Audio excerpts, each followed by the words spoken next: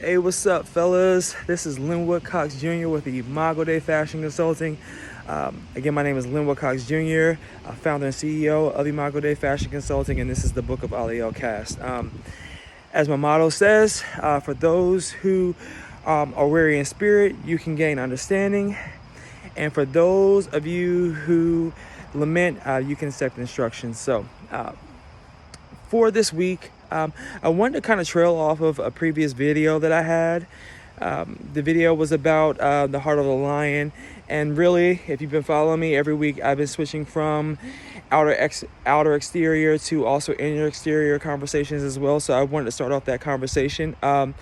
But with the heart of the lion, one of the stories that makes me think about is The Lion King. So one of my favorite stories, and it's easy for me to find different caricatures in that story that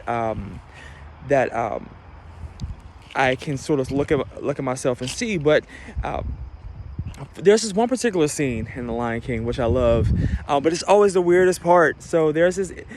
Obviously, Simba's out and he's in Hakuna Matata land and he's hanging out with Timon and Pumbaa. But then there's a scene when they're singing the song where they're walking across the waterfall, and his appearance changes. And there's this middle appearance to where he has like this short mane and he looks super weird. He's like kind of a lion, but he's not a lion. And I remember thinking, when I was in high school and when I was definitely in college, I felt like that about myself a lot. Like I was just in between and I was just ugly. People didn't help me out with the way that I saw myself as well. So typically for me, it was normal occasion for me to walk around in school and for me to be able to, because I was lighthearted and because I was a kind guy, to be called a faggot, to be called gay, because of just what people thought about me, and because I was super small. I would often look at other guys and, they were huge and had muscles and stuff like that. And I just didn't. My body frame wasn't made that way. But then also just within that race. So, typically for me, with my engagements with African Americans or black people, I would be called a mixed breed. The guy who was in between, like, we don't know what he is, because he's light skinned. So what is he? And I would get picked on a lot, and it was an average occasion for me. So I think anxiety and depression, was normal for me because, I remember as a kid, and this is not a shade on my dad, but, because me and my dad's father is alright, but I didn't have a person who gave me the identity to have the questions to be able to say, hey, Linwood, like, dude, you're just in this middle position for yourself right now. You're going to become a lion one day. You're just not there. But I didn't have that.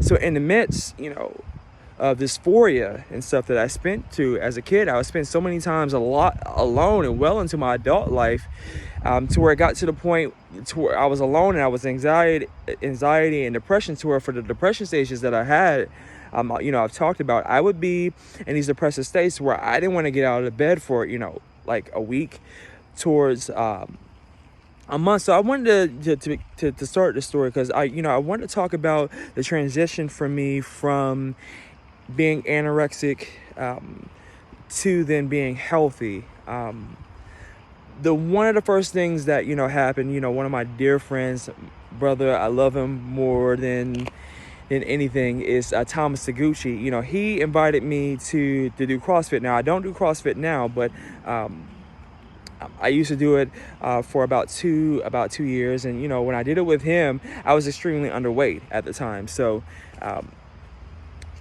the amount of pressure that it put on my body physically, it may cause the first instance that I passed out was, at a youth event that we had at church. The second time was actually at the gym where, I was just under so much duress in, my body, and I wasn't eating well also. I wasn't putting the right food and energy into my body that I passed out. Now, ended up going to the hospital.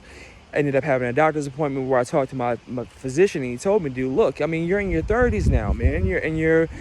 Now I'm well into my mid-30s. You got to be able to change the way that you're eating about yourself. But that wasn't the issue. It was about what I was thinking about myself. And then so, through my relationship with God, and then also having different brothers and men in my life to be able to give me the instruction that I didn't have about my identity, I was able to gain it.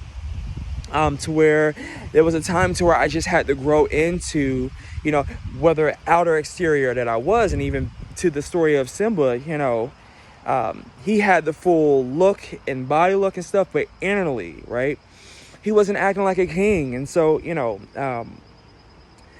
I definitely have had implications within myself that have been aligned with that story.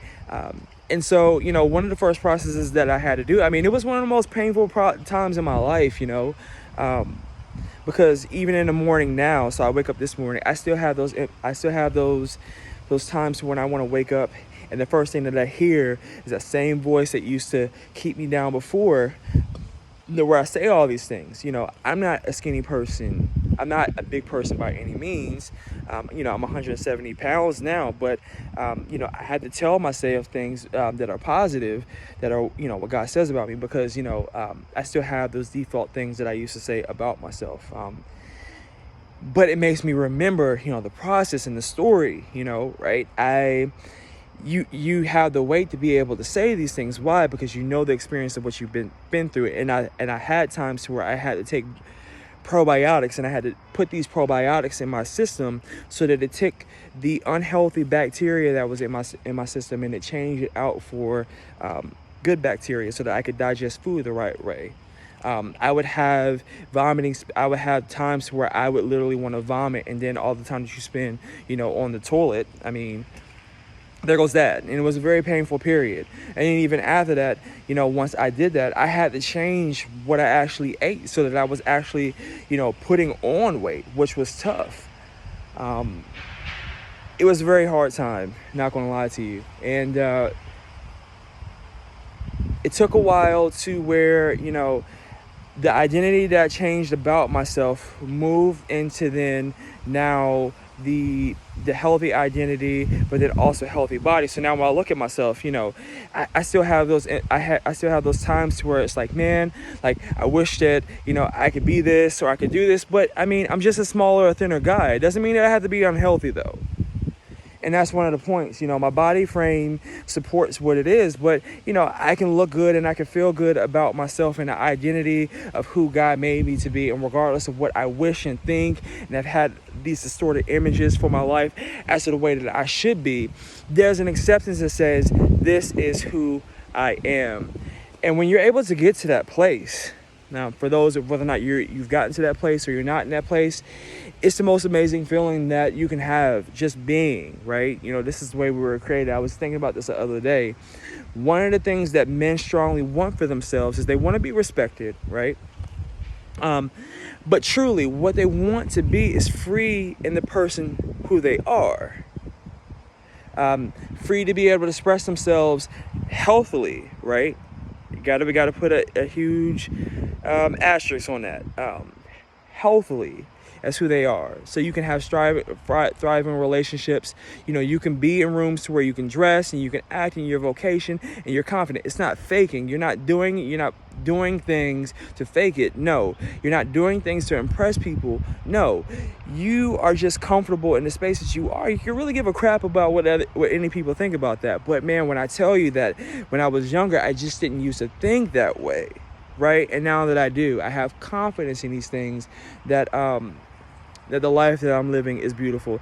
No matter how hard it is now, and no matter how hard it will be in the future, I'm able to lean on that confidence. And I want that for those who are listening to me. For those, I mean, maybe you're already there, but if you're not, I just want to be able to walk out that story with you and be able to express these things about me in a comfortable space. And so I hope that it reaches you with love, not condemnation at all, but to just challenge you to be able to think these things about yourself. But if you're out there and you, small business owner, if you're out there and you're head of a corporation and you're like, man, I really like to have that conversation about the outer piece though. I don't know if I have it right, man. Let's have a conversation. Let's sit down to your business needs and what I can do for you, for your image. But then for those who are out there and you're like, man, like, I have a horrible image of myself. I just would like a conversation. I'll never turn down anyone. Just shoot me an email. My website is imagodayfashion.com, but my email is imagodayfashion@gmail.com. So choose your poison. Probably the wrong word, but choose your way to reach out to me. And well, I'll definitely have a conversation with any of you. But yeah, for those of you